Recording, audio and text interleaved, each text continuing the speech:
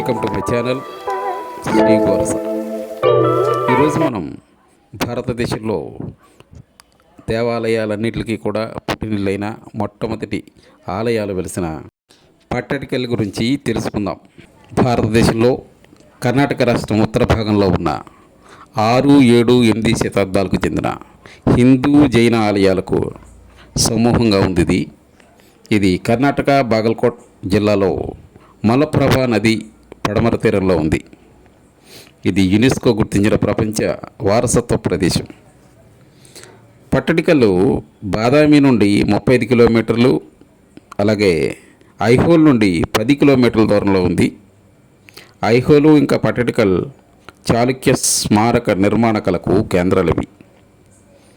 దీని నిర్వహణ ప్రస్తుతం ఏఎస్ఐ అంటే భారత పురావస్తు సర్వే విభాగంలో ఉంది.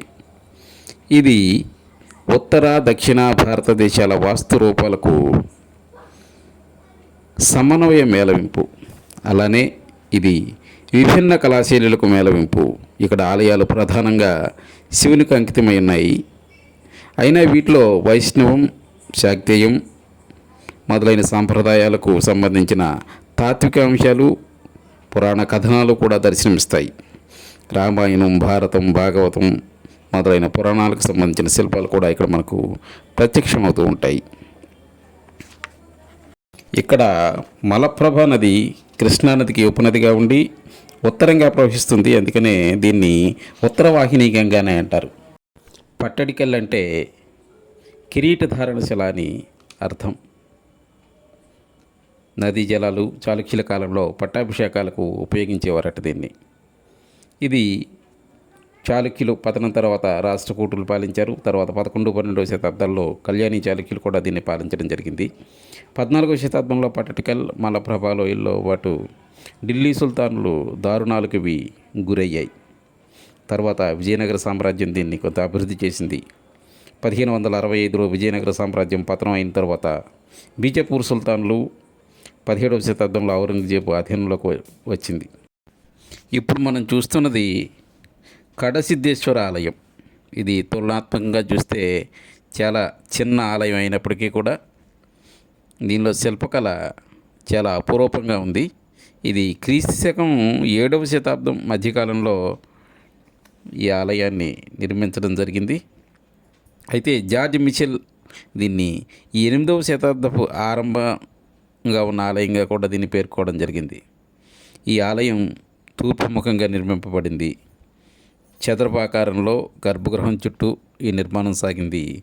ఇందులో మనకి లింగం కనిపిస్తూ ఉంది. గర్భగృహం కేంద్రం చుట్టూ ఒక మండపం కూడా ఉంది. తర్వాత శతాబ్దాల్లో ఈ ఆలయం బాగా శిథిలమైంది. దీని ఆలయ శిఖరం ఉత్తర భారతదేశానికి చెందిన నాగర శైలి లేదా రేఖానాగర శైలిలో ఉంది. దీని తూర్పు వైపున సుఖనాశ ప్రక్షేపణం కూడా ఉంది. సుఖనాశపై పార్వతీదేవితో కూడిన నటరాజ శిల్పం కూడా ఉంది. అయితే ఇది ఇప్పుడు చాలా దెబ్బతిన్న స్థితిలో ఉంది.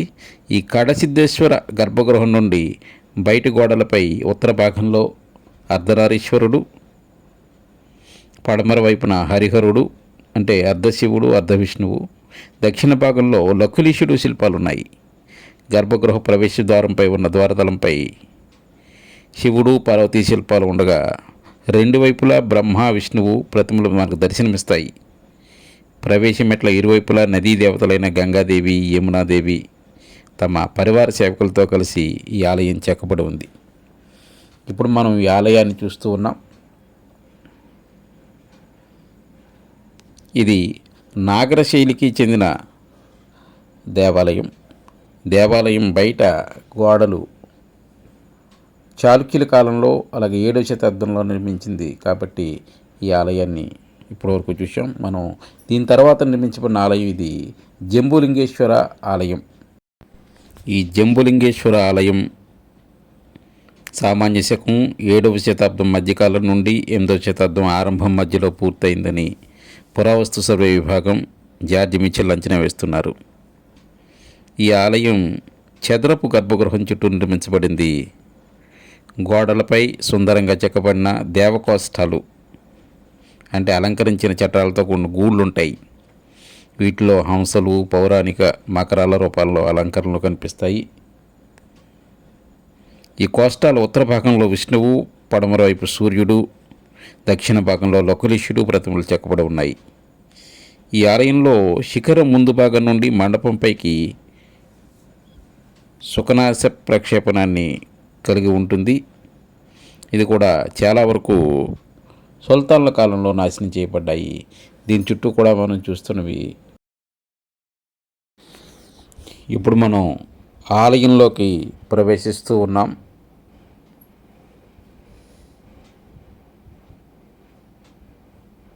ఆలయం చుట్టూ గోడలు సుల్తాన్ల కాలంలో దెబ్బతిన్నాయి.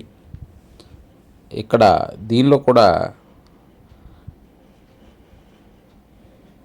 చతురస్రాకారంలో ఉన్న పానమట్టం, దానిపైన లింగాకారం కలిగి ఉంటుంది. ఇప్పుడు మనం గోడలను చూడండి. ఇక్కడ ఇది ప్రణాళం, పైన శిఖరం ఉంది. దీనికి శిఖరం కూడా చాలా వరకు దెబ్బతుంది. దీన్ని అమలకం అంటారు. ఇది పైన శివుడు నాట్యం చేస్తున్న శిల్పాలు దీనిలో ఉంటాయి. చుట్టూ కూడా చిన్న చిన్న మండపాలు, నందులు ఇక్కడ ఏర్పాటు చేయబడి ఉన్నాయి. అయితే ఇవన్నీ కూడా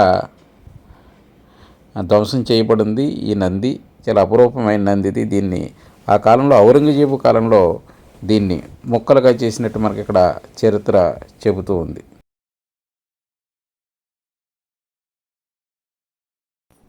ఇప్పుడు మనం ఆలయానికి ఉత్తర భాగాన్ని చూస్తూ ఉన్నాం.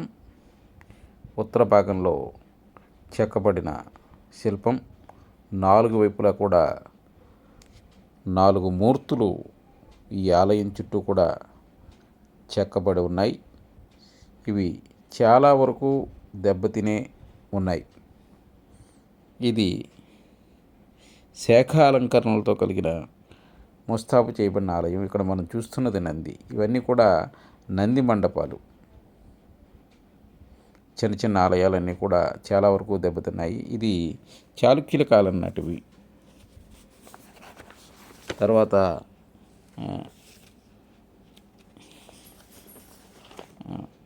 18వ శతాబ్దంలో హైదర్ అలీ, టిప్పు సుల్తాను స్వాధీనం కూడా చేసుకోవడం జరిగింది. తరువాత మనం చూడబోయే ఆలయం గలగనాథ ఆలయం. ఇప్పుడు మనం చూస్తున్నది గలగనాథ టెంపుల్.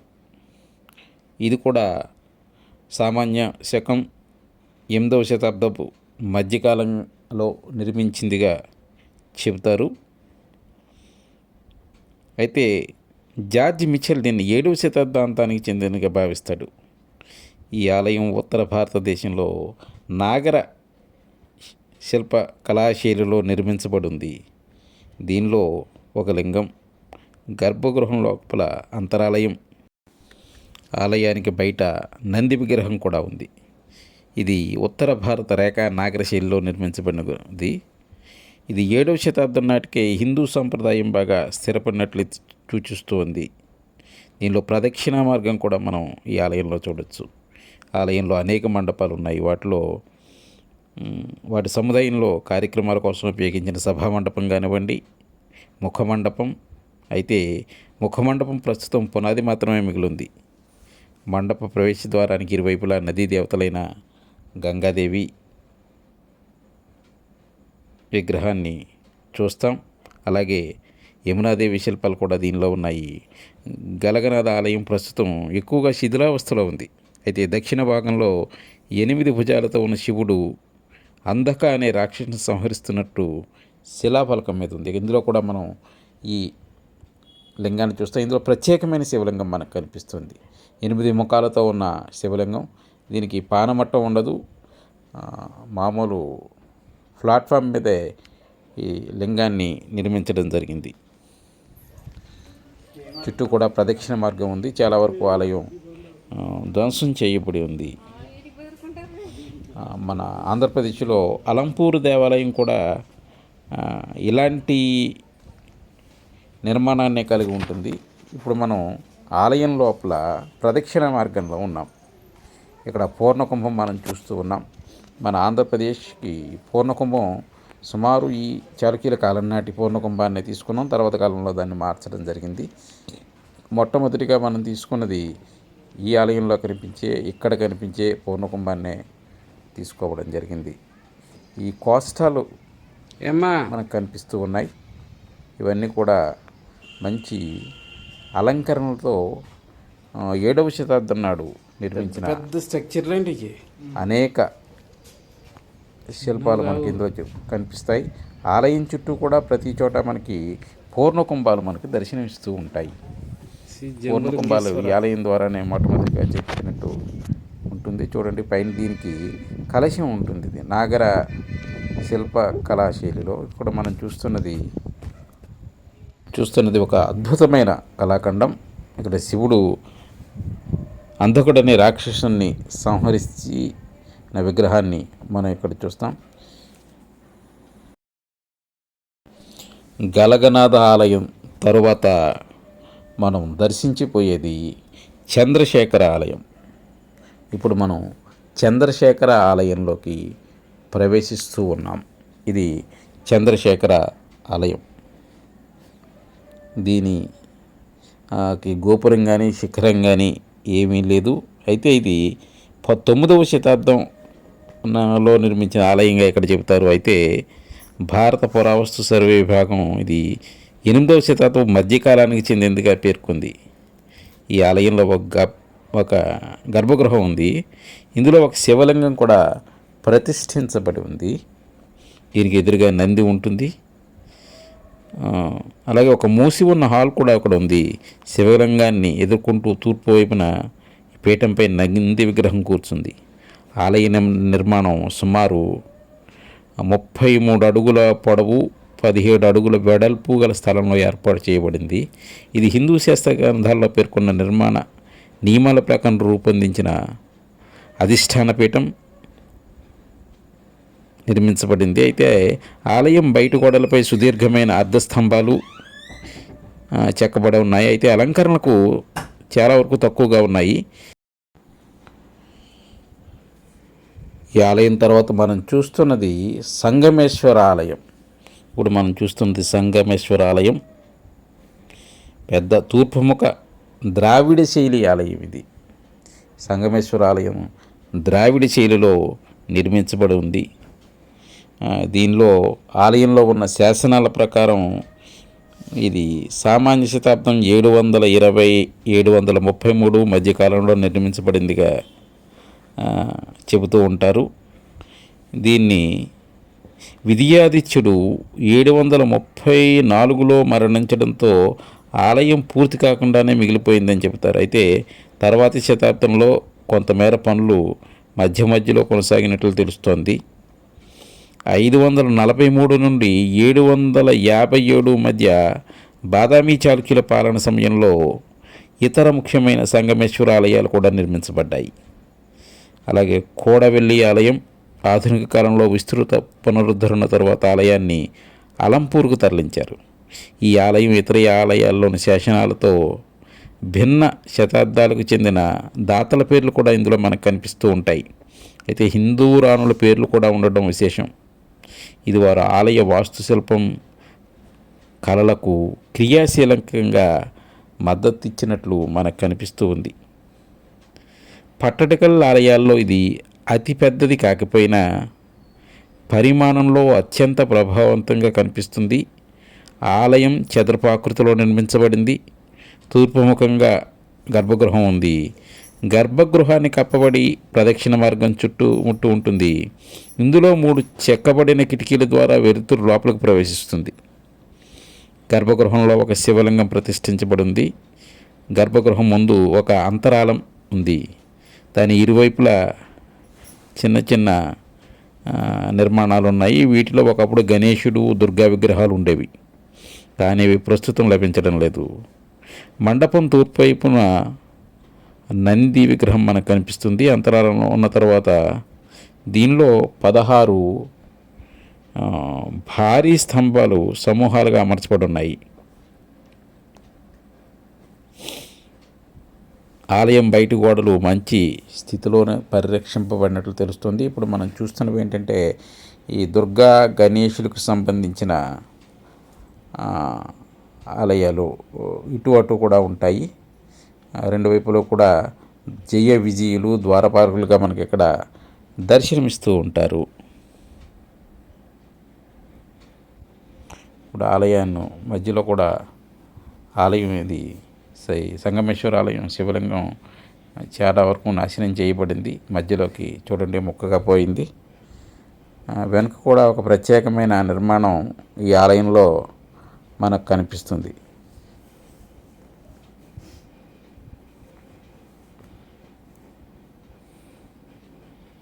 ఈ ఆలయం చుట్టూ కూడా ప్రదక్షిణా మార్గం ఉంటుంది. ఈ ప్రదక్షిణా మార్గంలో చాలా భారీ నిర్మాణం, ఏదో మధ్యలో విగ్రహాలు చెక్కుతూ ఆపేసినట్టే మనకి దీనిలో కనిపిస్తుంది. మీరు పరిశీలించినట్లయితే విగ్రహాలన్నీ కూడా వాటికి ప్లాన్ చేసుకున్నారు. తర్వాత అక్కడ మనం చూస్తున్నది కూడా అవే ప్లాన్ చేసుకున్నారు, కానీ ఈ విగ్రహాలను ఇంకా చెక్కినట్టు మనకు కనిపించదు. ఏంటంటే విద్యాదిత్యుడు మరణించడంతో ఈ విగ్రహాలు కూడా ఆగిపోయినట్లు మనకు తెలుస్తుంది. ఇప్పుడు మనం ప్రదక్షిణా మార్గం నుంచి బయటకు వస్తూ ఉన్నాం. ఆలయం పై భాగంలో అంటే కపోట భాగం అంటారు. దీనిలో బొద్దుగా ఉన్న దేవగణాలు శిల్పాలు విస్తృతంగా చెక్కబడ్డాయి. వీటిని ఆలయ నిర్మాణ బరువును మోస్తున్నట్లుగా చూపించారు.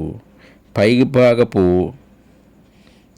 శైలులు హార అలంకరణలో ఉన్నాయి. వీటిలో కర్ణకోటాలు శాలలు ఉన్నాయి.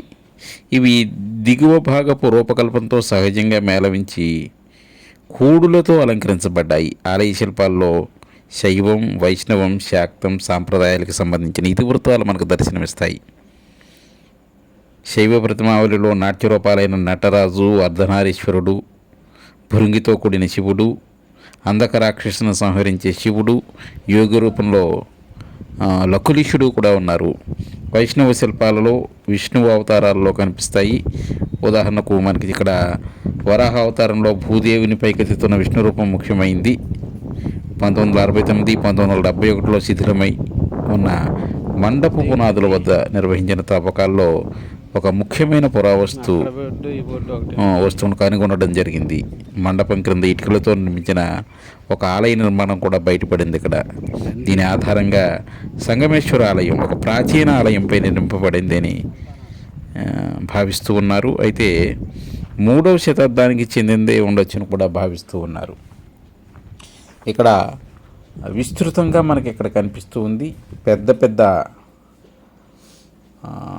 శిల్పాలు మనకి ఈ ఆలయంలో కనిపిస్తాయి. కింద రకరకాల జంతువుల విగ్రహాలు మనం చూస్తూ ఉన్నాం.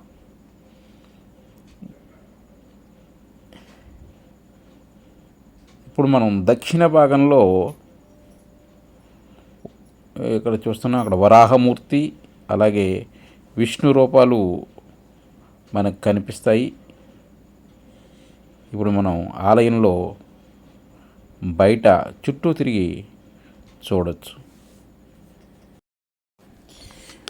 ఈ ఆలయం క్రింద అంటే 1971లో ఇక్కడ జరిపిన త్రవ్వకాల ఆధారంగా ఇక్కడ ఇటుకలతో నిర్మించిన ఆలయం 3వ శతాబ్దం నాటి ఆలయం ఒకటి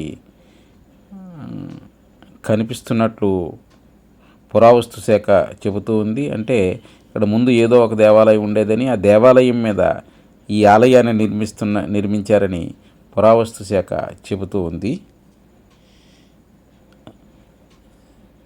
ఈ ఆలయం చూడండి, విగ్రహాలు కూడా చాలా వరకు సగం సగం చెక్కిన విగ్రహాలు మనకి ఇక్కడ దర్శనమిస్తూ ఉంటాయి.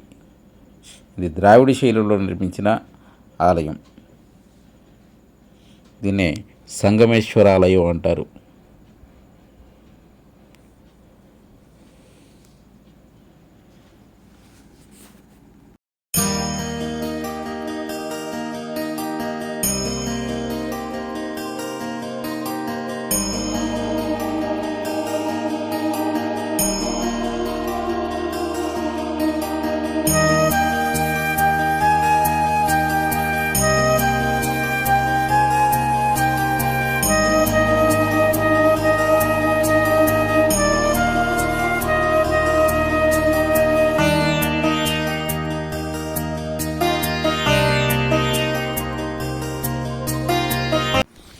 ఈ ఆలయం నుంచి మన విరూపాక్ష ఆలయానికి వెళ్ళే ప్రదేశంలో మధ్యలో మనకు కనిపిస్తున్నది విజయస్తంభం.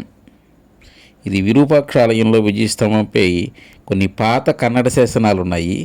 ఇది చాళుక్య చక్రవర్తి విక్రమాదిత్యుడు రెండు కాలానికి చెందింది. అంటే క్రీస్తు శకం 733 745 మధ్యకాలంలో ఈ విజయస్తంభాన్ని ఏర్పాటు చేయడం జరిగింది.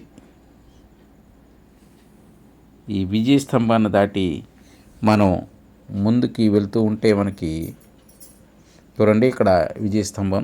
దీనిలో కన్నడ లిపికి సంబంధించి అలాగే సంస్కృత లిపికి సంబంధించిన శాసనాలు మనం ఇక్కడ చూస్తూ ఉన్నాం. దీని తర్వాత మనం ఇప్పుడు చూడబోయేది విరూపాక్ష దేవాలయం. ఈ విరూపాక్ష ఆలయం పట్టడికల్ స్మారకాలలో అతి పెద్దదిగా అత్యంత సున్నితంగా తీర్చిదిద్దబడిన ఆలయంగా భావించబడుతుంది. శాసనాల్లో ఈ ఆలయాన్ని దీన్ని ప్రాయోజితం చేసిన రాణి లోకమహాదేవి పేరున శ్రీ లోకేశ్వర మహాశల ప్రసాదగా పేర్కొన్నారు. దీని నిర్మాణ కాలం సుమారు సామాన్య శకం 740గా నిర్ణయించబడింది. పల్లవులపై అంటే క్రీస్తు శకం 4 నుండి 9వ శతాబ్దాలు విక్రమాదిత్యుడు రెండూ సాధించిన విజయవంతమైన సైనిక ప్రచారాల తరువాత ఈ ఆలయం నిర్మించబడింది. శాసనాలలో రాణి ఆలయ సంగీతకారులకు దానాలు ఇచ్చినట్టు కూడా పేర్కొనబడింది. అలాగే ప్రధాన శిల్పి గుండ అనివరితాచార్యుడు అనే వాస్తుశిల్పిని గుర్తిస్తూ రాజా విక్రమాదిత్యుడు రెండు అతనికి పెరిజెరప్ప పట్ట అనే గౌరవ బిరుదును ఇచ్చినట్లు కూడా శాసనం మనకి ఇక్కడ తెలియజేస్తుంది. ఈ ఆలయం బాగా అభివృద్ధి చెందిన ద్రావిడ వాస్తు శిల్పశైలికి ఉత్తమ ఉదాహరణగా నిలుస్తుంది. నిర్మాణ నాణ్యత, విస్తృతి మాత్రమే కాకుండా శిల్ప పట్టాల క్రింద శిల్పుల పేర్లు కూడా చెక్కబడి ఉండడం దీనిలో విశేషం. పట్టడికల్లోని ఇతర ఆలయాల మాదిరిగానే విరూపాక్ష ఆలయం కూడా తూర్పు ముఖంగా నిర్మించబడింది. దీనికి చదరపు గర్భగృహం కేంద్రంగా ఉంది. గర్భగృహంలో ఒక శివలింగం ప్రతిష్ఠించబడింది. దీని చుట్టుముట్టేలా కప్పబడిన ప్రదక్షిణ మార్గం, అలాగే గర్భగృహం ముందు ఒక అంతరాలం కూడా ఉంది. దాని లోపల 2 చిన్న చిన్న విగ్రహాలు ఉన్నాయి. వీటిలో గణేశుడి విగ్రహం, మహిషాసురమర్దిని రూపంలో, దుర్గాదేవి రూపంలో పార్వతీ ప్రతిమలు కూడా ఎదురెదురుగా ఉన్నాయి. ఆలయానికి బయట ఉన్న నంది మండపం తూర్పు పడమర అక్షంపై సరిగా అమర్చబడింది. అదే అక్షంపై మండపం అంతరాలం కూడా ఉన్నాయి. ఆలయ సముదాయంలో గోడలతో చుట్టుముట్టబడిన చతుస్రాల సమ్మేళనంతో కూడిన దీర్ఘచతురస్రాకారంలో నిర్మించబడింది. ఈ గోడలు శిల్ప అలంకరణలతో అలంకరించబడ్డాయి. ఈ ప్రాంగణంలో అనేక చిన్న చిన్న విగ్రహాలు, పునాది అవశేషాల ఆధారంగా ఒకప్పుడు ఇక్కడ 32 ఉప విగ్రహాలు ఉన్నట్లు భావిస్తారు. అయితే వీటిలో చాలావి కాలక్రమేణా నశించిపోయాయి. ప్రవేశ ద్వారం ఒక మండపానికి దారితీస్తుంది. ఇందులో 18 స్తంభాలు ఉన్నాయి.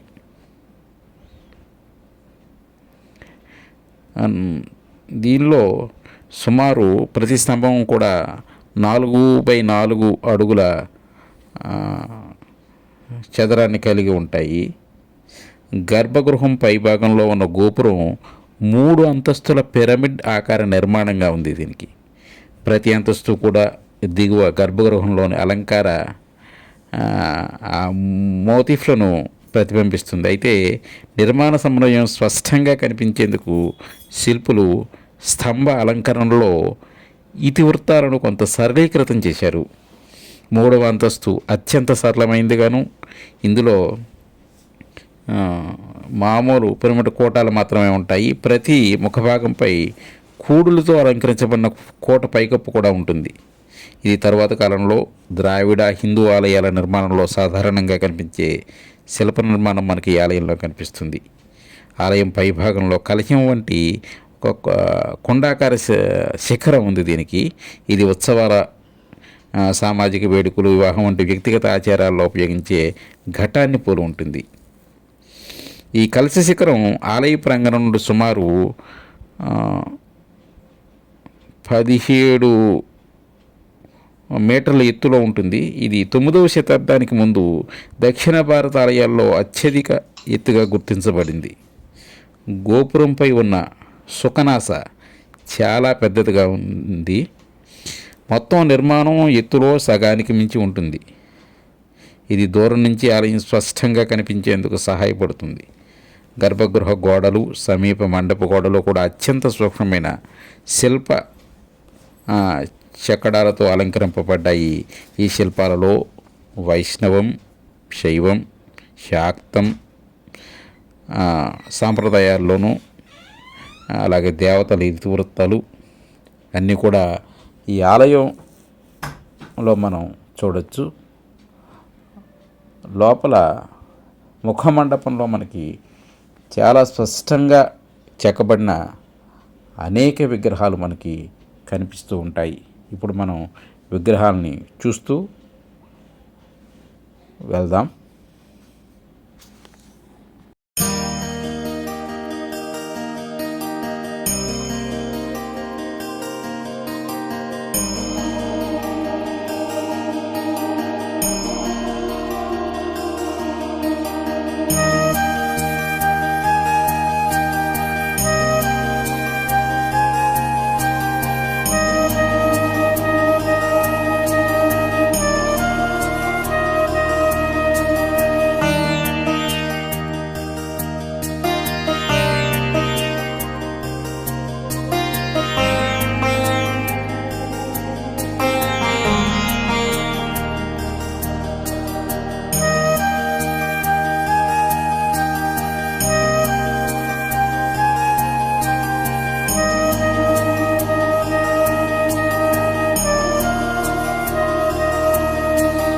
ఇప్పుడు మనం ప్రధానాలయంలో శివలింగాన్ని దర్శనమిస్తున్నాం. ఇక్కడ ప్రధాన ద్వారం నుండి ఎత్తులో చతుస్రాకారపు పీఠం మీద శివలింగం ఉంటుంది. ఇక్కడ చాలా సూక్ష్మమైన శిల్పకళా నైపుణ్యంతో ఈ ద్వారాన్ని నిర్మించడం జరిగింది. ఈ ద్వారం రెండు వైపులా కూడా మనకి ద్వారపాలకులు అలాగే రకరకాల విగ్రహాలని రకరకాల పురాణాలకు, భారత భాగవతాది ఇతిహాసాలకు సంబంధించిన శిల్పకళ మనం ఈ ఆలయంలో చూస్తూ ఉంటాం. ఇప్పుడు మనం దానికి సంబంధించిన ప్రతిదాన్ని చాలా క్షుణ్ణంగా నేను మీకు చూపించడం జరుగుతుంది. కాబట్టి ఇప్పుడు మనం వెళ్ళేది ఏంటంటే ప్రధాన గర్భాలయానికి చుట్టూ ఉన్నటువంటి ప్రదక్షిణ మార్గంలో మనం ప్రయాణిస్తూ ఉన్నాం. ఈ ప్రదక్షిణ మార్గంలో మనం నడుస్తూ ఉన్నాం. ఇవి చుట్టూ చూడండి.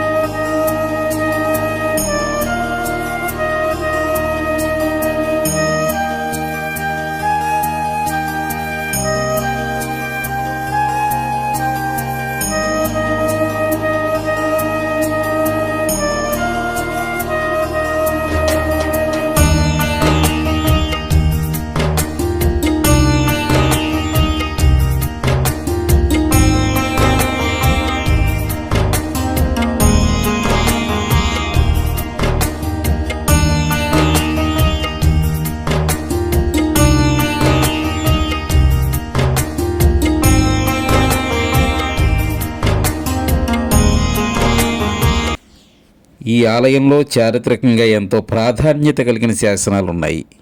ఇవి 8వ శతాబ్దపు భారత సమాజం సంస్కృతి గురించిన అనేక విషయాలు మనకు అందిస్తాయి. ఉదాహరణకు ఒక శాసనంలో రాణి ఆలయ సంగీతకారులకు దానంగా ఇచ్చిన విశేషాన్ని ప్రస్తావించడం జరిగింది.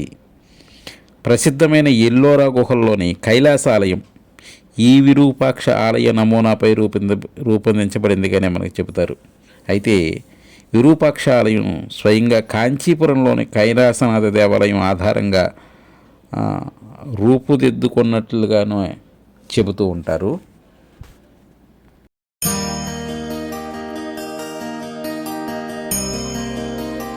విరూపాక్ష ఆలయ బాహ్య గోడలు, ముఖద్వారం వద్ద ఉన్న శిల్పాలు వివిధ శిల్ప సమ్మేళనాలకు వాహకాలుగా ఉండి ప్రారంభ చాళుక్య స్మారకాలలో అత్యధిక సంఖ్యలో ఉన్న శిల్ప సమాహారంగా పేర్కొనబడ్డాయి. హిందూ దేవతా ప్రతిమలతో పాటు అనేక శిల్పపట్టాలపై మానవులను కూడా చూపించారు. వీరు జంటలుగా వివిధ శృంగార భంగిమల్లో లేదా వ్యక్తులుగా ఆభరణాలు ధరించి లేదా పనిముట్లను వస్తూ కూడా ఇక్కడ మనకి కనిపిస్తూ ఉన్నాయి. వివిధ విభిన్న ఇతివృత్తాలను ప్రతిబింబిస్తాయి. అనేక మంది ఋషులు, విష్ణు యొక్క శిల్పాలు, శివుడు యొక్క శిల్పాలు, రకరకాల కమలాలు, అలాగే గజేంద్ర మోక్షానికి సంబంధించిన విష్ణు విగ్రహాలు, ఆశ్రమ జీవనం, ఇలాగా రకరకాల విగ్రహాలు మనకి ఈ ఆలయంలో మనకి దర్శనమిస్తూ ఉంటాయి.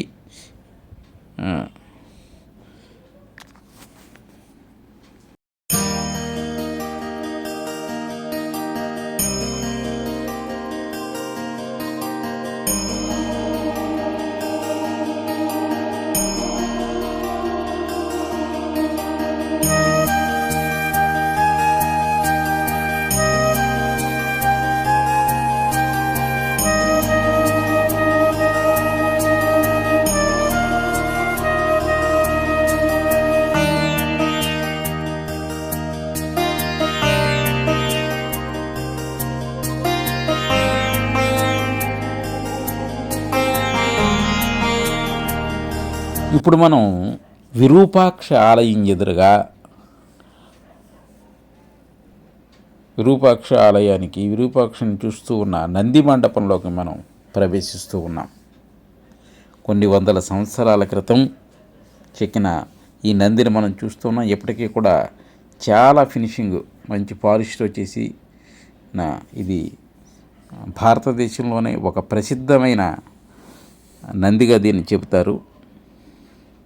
వందల సంవత్సరాలైన చెక్కు చెదరని నగిషీ పనితో చాలా అందమైన రూపంతో మనకి ఇక్కడ నంది, భారీ సైజులో నంది మనకి ఇక్కడ దర్శనమిస్తుంది. ఈ నంది మండపాన్ని కూడా చాలా విశేషమైన శిల్పకళతో నిర్మించడం జరిగింది.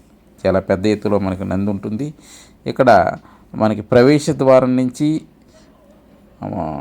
ముఖ గర్భగృహంలో ఉన్న శివుడికి ఒకే మార్గంలో మనకి ఈ నంది మనకి అమర్చబడి ఉంటుంది. ఇక్కడి నుంచి మనం గర్భగుడిని చూస్తూ ఉన్నాం.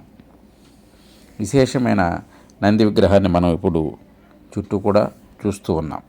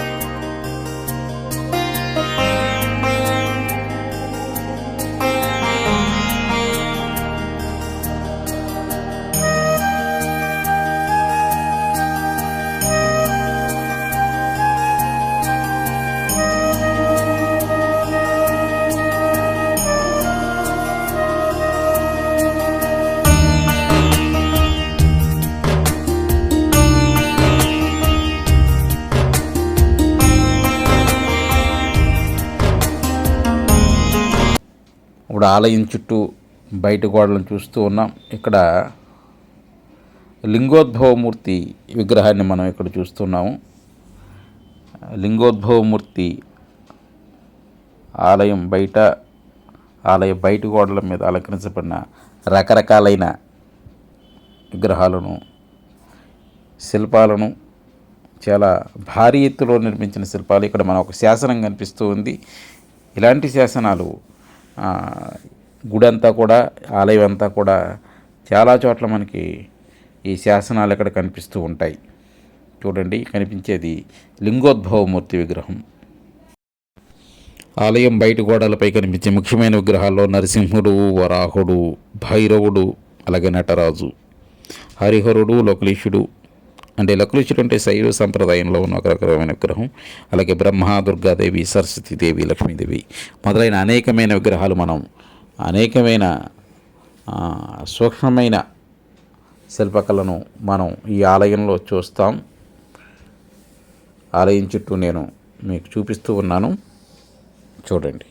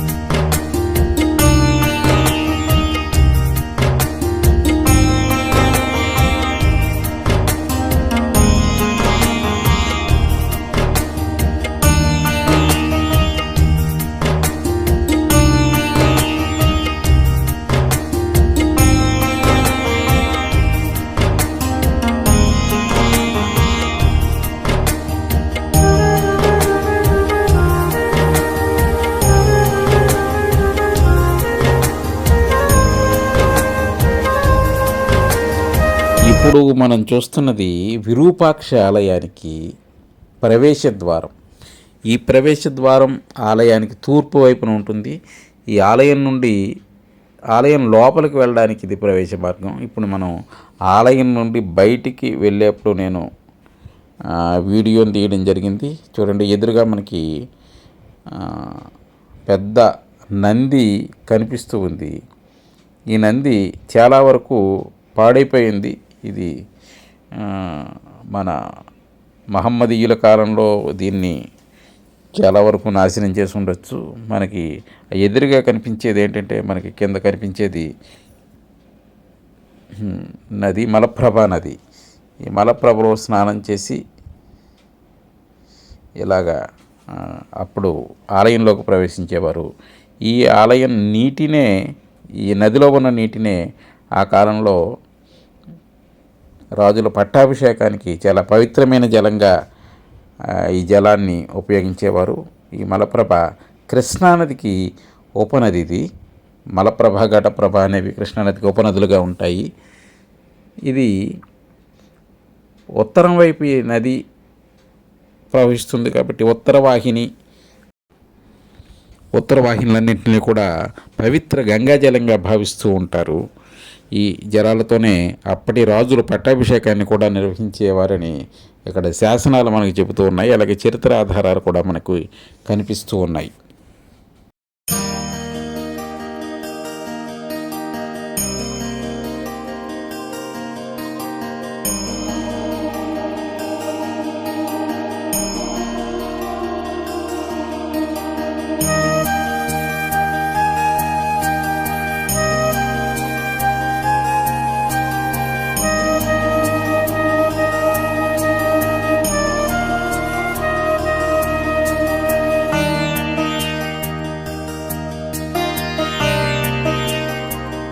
పట్టడికల్ ఆలయ సమూహాల్లో విరూపాక్ష ఆలయం తరువాత చెప్పుకోదగిందిగా చాలా పెద్ద నిర్మాణంలో ఉన్నది త్రైలోకేశ్వర ఆలయం. దీన్ని మల్లికార్జున టెంపుల్ లేదా త్రైలోకేశ్వర ఆలయం అని అంటారు. ఇది 8వ శతాబ్దపు మధ్యకాలానికి చెందిన ఒక శివాలయం. దీన్ని రాణి త్రైలోక్య మహాదేవి కట్టించింది. అందుకనే ఈ ఆలయంని త్రైలోకేశ్వర ఆలయంగా చెబుతుంటారు. ఈ ఆలయం కాశీ విశ్వనాథ ఆలయానికి దక్షిణంగా, సంగమేశ్వర ఆలయానికి నైరుతి దిశలో, విరూపాక్ష ఆలయానికి సమీపంలో ఉంది. విరూపాక్ష ఆలయంతో సమకాలీనంగా సదృశ్య నిర్మాణ శైలిలో ఇది నిర్మించబడింది. అయితే పరిమాణంలో కొంత చిన్నదిగా ఉండి కొన్ని చిన్న చిన్న తేడాలు దీనికి మధ్య ఉంటాయి. ఈ ఆలయం పూర్తిగా అభివృద్ధి చెందిన దక్షిణ భారత విమాన శైలి వాస్తుశిల్పాన్ని ప్రతిబింబిస్తుంది. గర్భగృహంలో ఒక శివలింగం ప్రతిష్ఠించబడి ఉంది. గర్భగృహం చుట్టూ ప్రదక్షిణ మార్గం, గర్భగృహం ముందు భాగంలో ఒక అంతరాళం ఉంది. దాని ఇరువైపులా చిన్న విగ్రహాలు ఉన్నాయి. ఒకదానిలో మహిషాసురమర్దిని రూపంలో దుర్గాదేవి, మహిషారాక్షసుని సంహరిస్తున్న శిల్పం ఉండేది. మరొక దానిలో గణేశుడు ఉండేవాడు. అయితే ప్రస్తుతం అవి ఖాళీగా ఉన్నాయి. ఆలయంలో ఒక నంది మండపం కూడా ఉంది. అందులో నంది విగ్రహం గర్భగృహానికి ఎదురుగా ఉంటుంది. గర్భగృహంలోకి ప్రవేశ స్తంభంతో కూడిన సభామండపం ఉంది. ఆలయ సముదాయ ప్రాంగణంలో ప్రాంగణం గోడలు, ప్రవేశ ద్వారం కూడా దీనికి ఉన్నాయి. మల్లికార్జున ఆలయం విరూపాక్ష ఆలయానికి సదృశమైనప్పటికీ కూడా కొన్ని కొత్త వాస్తుశిల్ప ఆలోచనలు ప్రయోగించి దీన్ని ప్రత్యేకంగా తీర్చిదిద్దారు. ఉదాహరణకి ఏంటంటే, మల్లికార్జున ఆలయంలో నాట్య రూపంలో శివుడైన నటరాజు శిల్పం సుఖనాశలో చాలా చిన్న లోతైన కమానంలో స్థాపించబడి ఉంది. అలాగే ఆలయ శిఖర నిర్మాణపు పై అంతస్తులో హార అంశాలు ఏమీ ఉండవు. దీనికి విరూపాక్షాలయంలో చదరపు పైకప్పు ఉండగా ఈ ఆలయంలో పైకప్పు అర్ధగోళంగా ఉంటుంది. ఈ ఆలయం అంతటా కథన శిల్పం విస్తృతంగా ఉంది. పురాణ కథలు, హిందూ ఇతిహాసాల ఇతివృత్తాలు సభామండపంలో స్తంభాలపై చెక్కబడి ఉంటాయి. ఈ కథలు శైవం, వైష్ణవం, శాక్తేయం వంటి హిందూ సాంప్రదాయాలన్నింటినీ ప్రాతినిధ్యం వహిస్తాయి. భాగవత పురాణంలోని కనిపించే కృష్ణుడి రాసలీల కథలు స్తంభాలపై చెక్కబడ్డాయి. అలాగే పంచతంత్రం కథల ఆధారంగా రూపొందించబడిన శిల్పాలు కూడా దీనిలో ఉన్నాయి. ఇతర హిందూ ఆలయాల మాదిరిగానే మల్లికార్జున ఆలయంలో కూడా ప్రేమికుల దృశ్యాలు, అందులో మిథున శిల్పాలు మనకు కనిపిస్తూ ఉంటాయి. అలాగే ఏనుగుతో మానవులను మోసుకెళ్తున్న కార్మికుడు వంటి జీవన దృశ్యాలు, అలాగే వివిధ భావ ప్రకటనలో ఉన్న మహిళా శిల్పాలు దీనిలో చెక్కబడ్డాయి. ఈ మహిళలో ఒకరు 8వ శతాబ్దికి చెందిన సంగీత వాద్యాన్ని మోసుకెళ్తున్నట్లు ఒక శిల్పం కూడా మనకు కనిపిస్తూ ఉంది.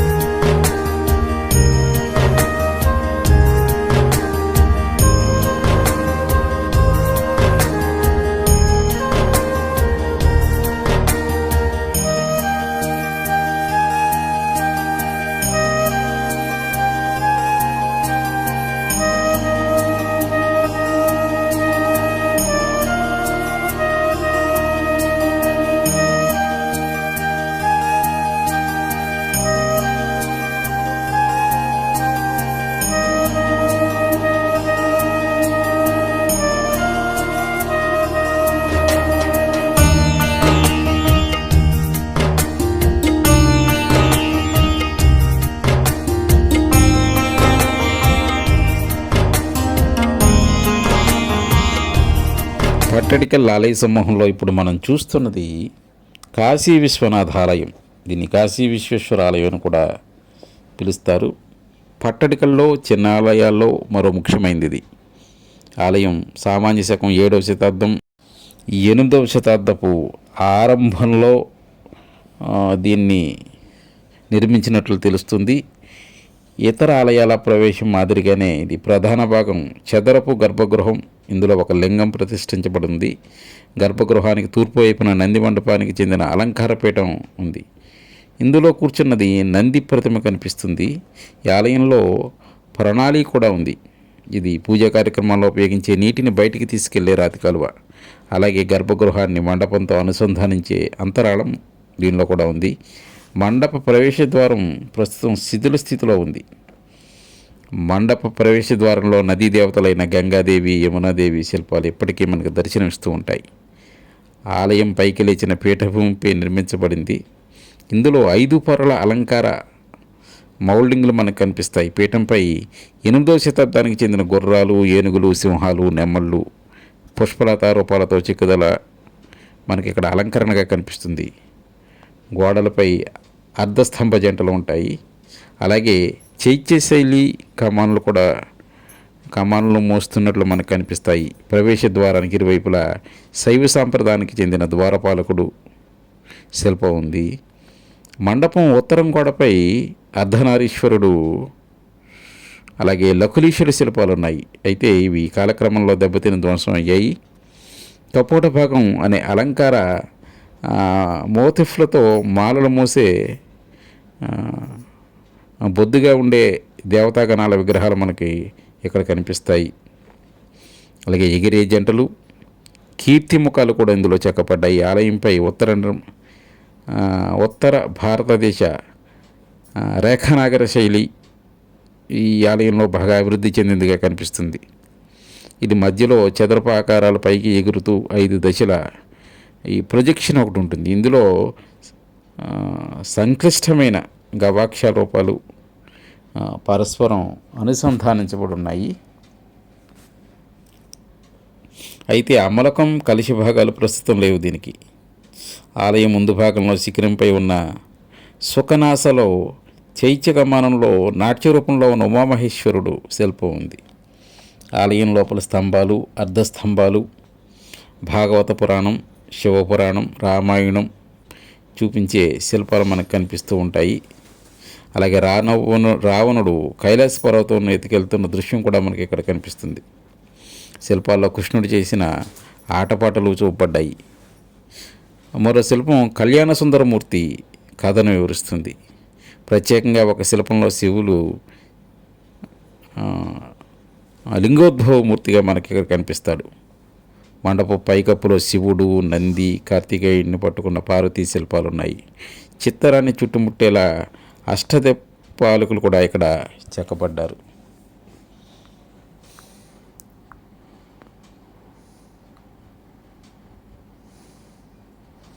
ఇప్పుడు మనం గర్భాలయంలోకి ప్రవేశిస్తూ ఉన్నాం. గర్భాలయంలో మనకి ఇక్కడ శివలింగం ప్రతిష్ఠించబడి ఉంది.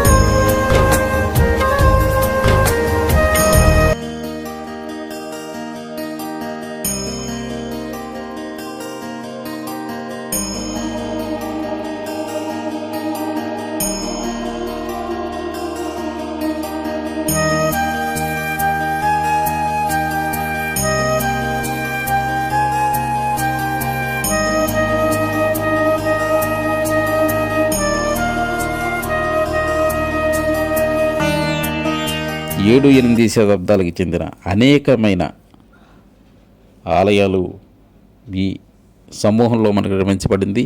మొత్తం భారతదేశంలో ఆలయాలకి ఈ ప్రదేశాన్ని పుట్టినిల్లుగా చెబుతూ ఉంటారు. మొట్టమొదటిగా ఆలయాలు ఎలా ఉండాలి, ఆలయ నిర్మాణం ఏ విధంగా ఉండాలి, ఏ ఆలయం ఎలా ఉండాలనేది ఐహోల్లో మనకు కనిపిస్తుంది. ఐహోల్లో సుమారు 100కి పైగా ఆలయాలు అక్కడ నిర్మాణం జరిగింది. అది ఆలయాల పాఠశాలగా మనకు ఐహోల్ని చెబుతుంటారు. ఐహోల్లో అభివృద్ధి చెందిన నిర్మాణశీలులన్నీ కూడా అక్కడ ప్రాక్టీస్ చేసి మనకి పట్టడికల్లో ఆలయ నిర్మాణాలు జరుగుతున్నట్లు చరిత్ర చెబుతూ ఉంది. 1565లో విజయనగర సామ్రాజ్యం పతనమైన తర్వాత బీజాపూర్ సుల్తాన్లు ఆదిల్ షాహీ వంశం దీన్ని పాలించింది. 17వ శతాబ్దంలో ఔరంగజేబు ఆధీనంలోకి ఇది వచ్చింది. తర్వాత 18వ శతాబ్దంలో హైదర్ అలీ అలాగే టిప్పు సుల్తాను కూడా దీన్ని ఆక్రమించుకోవడం జరిగింది. ఇక్కడ అనేక రకాలైన విజయ స్తంభాలను కూడా మనం ఇక్కడ చూస్తాం. అవే కాకుండా కొన్ని వందల చిన్న చిన్న ఆలయాలు ఈ సమూహంలో మనకు చూస్తున్నాం.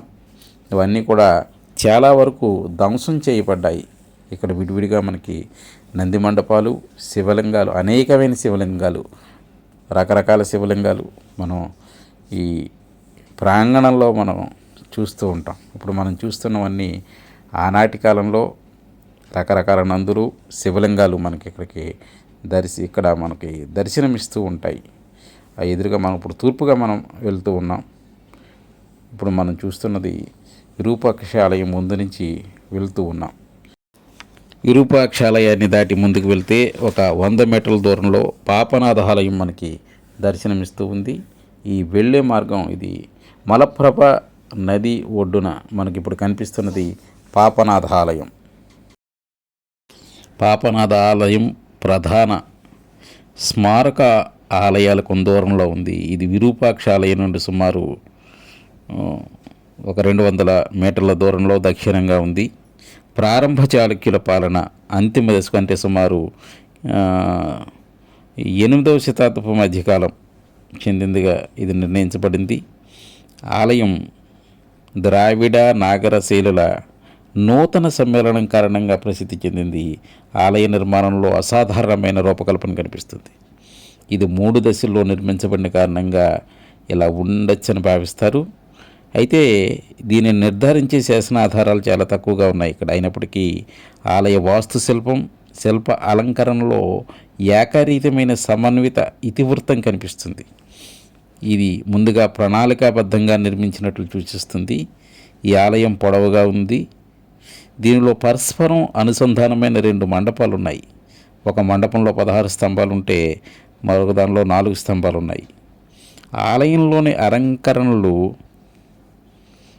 ద్రావిడ శైలిలో ఉండగా శిఖరం, స్తంభం గూళ్ళు నాగర శైలిలో రూపొందించబడ్డాయి. ఇతర ఆలయాల మాదిరిగానే పాపనాథ ఆలయం తూర్పుముఖంగా సూర్యోదయాన్ని చూస్తూ నిర్మించబడి ఉంది.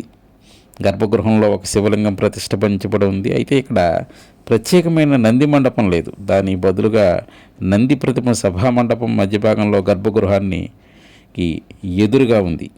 ఆలయం గోడలపై శైవం, వైష్ణవ సాంప్రదాయ దేవతలు ఇతివృత్తాలు చెక్కబడి శిల్పాలకు చాలా ప్రసిద్ధమైన శిల్పాలు ఇక్కడ ఉన్నాయి. ఒక కోష్టంలో అయితే దుర్గాదేవి, అయితే గోడలపై అతి సూక్ష్మంగా చెక్కిన శిల్పాలు మనకు కనిపిస్తాయి. వీటిలో రామాయణంలోని కథలు, కిరాతార్జునీయం నుండి కొన్ని ఘట్టాలు చిత్రీకరించబడ్డాయి. అయితే ఆలయం పైకప్పు మధ్య భాగంలో విస్తృతంగా చెక్కబడిన శివుని నటరాజు రూపం, ఇతర కప్పులపై శిలాపట్టాలపై విష్ణువు రూపాలు ఉన్నాయి. ఒక శిల్పంలో ఆయన అనంతశయన భంగిమలో పడుకున్నట్లు చూపించారు. బయట మండపాల్లో ఒంటరి మహిళా శిల్పాలు, ప్రేమాభివ్యక్తిలో ఉన్న జంటలు, మిథున దృశ్యాలు వివిధ దశల్లో మనకు కనిపిస్తాయి. అనేక శిల్పాలలో భిన్న వాయిద్యాలతో ఉన్న సంగీతకారులు కూడా మనకి ఇక్కడ చెక్కబడ్డారు. ఇక్కడ మహిషాసురమర్దినిగా ఉన్న దుర్గాదేవి విగ్రహాన్ని మనం చూస్తూ ఉన్నాము. ఇలాంటి విగ్రహాలు బాదామీలో మనకుంటాయి. అలాగే జైన సాంప్రదాయంలో కూడా ఇలాంటి విగ్రహాలు మనకి కనిపిస్తూ ఉంటాయి. ఇది చాలా ప్రసిద్ధి చెందిన మహిషాసుర మర్దిని విగ్రహాన్ని మనం చూస్తూ ఉన్నాం. ఇక్కడ ప్రతిదాన్ని చాలా స్పష్టంగా మనకి ఇక్కడే చెక్కడం జరిగింది. ఇది 8వ శతాబ్దానికి చెందిన ఆలయంగా చెబుతారు. ఇందులో ద్రావిడ నాగర శైలులు మనకి ఇక్కడ కనిపిస్తూ ఉంటాయి. అనేక రకమైన మిథున శిల్పాలు కూడా మనకి ఈ ఆలయంలో కనిపిస్తాయి.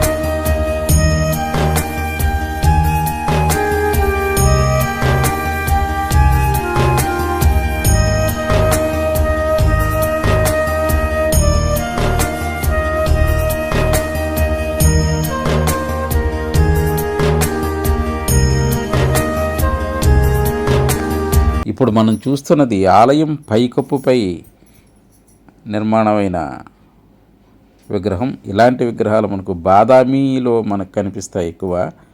బాదామి గుహల్లో ఇలాంటి విగ్రహాలని చెక్కడం జరిగింది.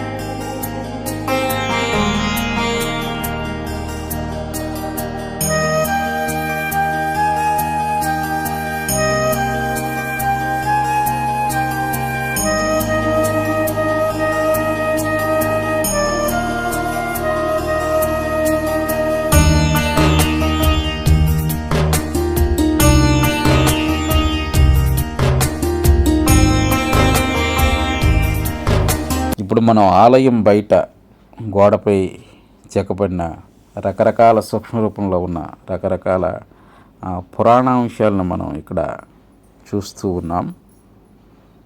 దీనిలో రామాయణానికి భాగవతాలకి సంబంధించిన అనేకమైన విగ్రహాలు మనం ఇక్కడ చూస్తున్నాం. ఆలయం చుట్టూ కూడా చాలా అభివృద్ధి చెందిన శిల్పకళను మనం ఇక్కడ చూస్తాం.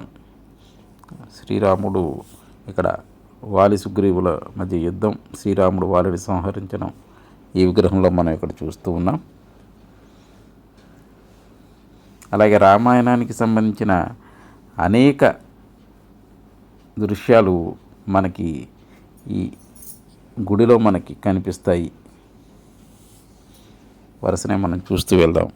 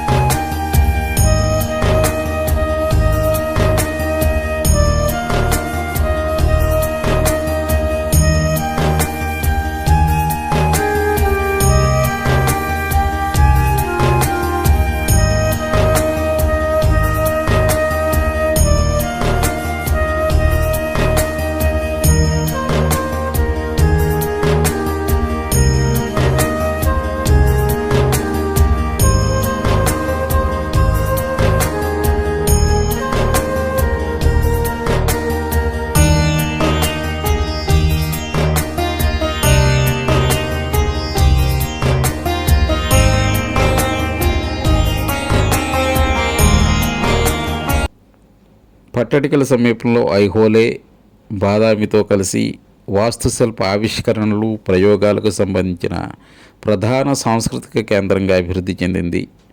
5వ శతాబ్దంలో గుప్త సామ్రాజ్య పాలన రాజకీయ స్థిరత్వాన్ని తీసుకొచ్చింది. ఈ సమయంలో ఐహోలే విద్యా కేంద్రంగా ఎదిగింది. తర్వాత 2 శతాబ్దాల్లో ప్రయోగాత్మక వాస్తుశిల్ప సంస్కృతికి బాదామికి విస్తరించింది. 7వ శతాబ్దంలో పట్టడికల్ ఉత్తర దక్షిణ భారత శైలి ఆలోచనలు మేళవించిన కేంద్రంగా మారింది. ఈ కాలంలో ఐహోలే బాదామి పట్టడికల్ ప్రాంతాల్లో అనేక ఆలయాలు చాళుక్యులు నిర్మించారు. చాళుక్య సామ్రాజ్యం పతనం తర్వాత ఈ రాష్ట్రాన్ని రాష్ట్రకూట వంశం పాలకుల అనుబంధం చేసుకున్నారు. వారు 10వ శతాబ్దం వరకు ఈ ప్రాంతాన్ని పాలించారు. 11వ 12వ శతాబ్దాల్లో ఈ ప్రాంతాన్ని కళ్యాణి చాళుక్యులు ఆధీనంలోకి వచ్చింది. ఈ ప్రాంతం రాజధానిగా లేకపోయినా 1909 నుండి 12వ శతాబ్దాల మధ్య ఉత్తర హిందూ జైన బౌద్ధాలయాలు మఠాల నిర్మాణం కొనసాగింది. 14వ శతాబ్దంలో పట్టడికల్ మలప్రభ లోయతో పాటు డెక్కన్ ప్రాంతంలో అనేక భాగాలు ఢిల్లీ సుల్తానుల సేనల దాడులకు గురయ్యాయి. ఈ దాడుల్లో తీవ్ర విధ్వంసం చోటు చేసుకుంది. ఈ కాలం తర్వాత విజయనగర సామ్రాజ్యం ఎదుగుదలతో ముగిసింది. స్మారకాల పరిరక్షణ కోసం కోటలు నిర్మించినట్లు బాదామి కోట శాసనాలు సూచిస్తాయి. 1565లో విజయనగర సామ్రాజ్యం పతనం తర్వాత పట్టడికలను బీజాపూర్ సుల్తానులు ఆదిల్ షాహీ వంశం పాలించారు. 17వ శతాబ్దంలో మొఘల్ చక్రవర్తి ఔరంగజేబు పట్టడికల్పై నియంత్రణ పొందాడు. మొఘల్ సామ్రాజ్యం క్షీణించిన తర్వాత పట్టడికల్ మరాఠా సామ్రాజ్యం ఆధీనంలోకి వచ్చింది. 18వ శతాబ్దంతో హైదర్ అలీ టిప్పు సుల్తాన్లు దీన్ని స్వాధీనం చేసుకున్నప్పటికీ తర్వాత బ్రిటిష్ వారు టిప్పు సుల్తాన్ను ఓడించి ఈ ప్రాంతాన్ని అనుబంధం చేసుకున్నారు. పట్టడకల్ స్మారకాలు ఉత్తర దక్షిణ భారత హిందూ కళా శైలుల మధ్య పరస్పర సంబంధానికి సాక్ష్యంగా నిలిచాయి. 11వ శతాబ్దం తర్వాత ఉత్తర భారతదేశంలో ముస్లిం దండయాత్రల కారణంగా అనేక ఆలయాలు కళాఖండాలు నశించాయి. అందువల్ల పట్టడికల్ 7వ 8వ శతాబ్దపు స్మారక ప్రాచీన మత కళా ఉదాహరణలో ముఖ్యమైనవిగా మనకు నిలిచాయి. ఈ వీడియో మీకు నచ్చినట్లయితే దీన్ని సబ్స్క్రైబ్ చేయండి, ఛానల్ని లైక్ చేయండి, అలాగే షేర్ చేయండి. మీ అభిప్రాయాన్ని కామెంట్ రూపంలో తెలియజేయండి.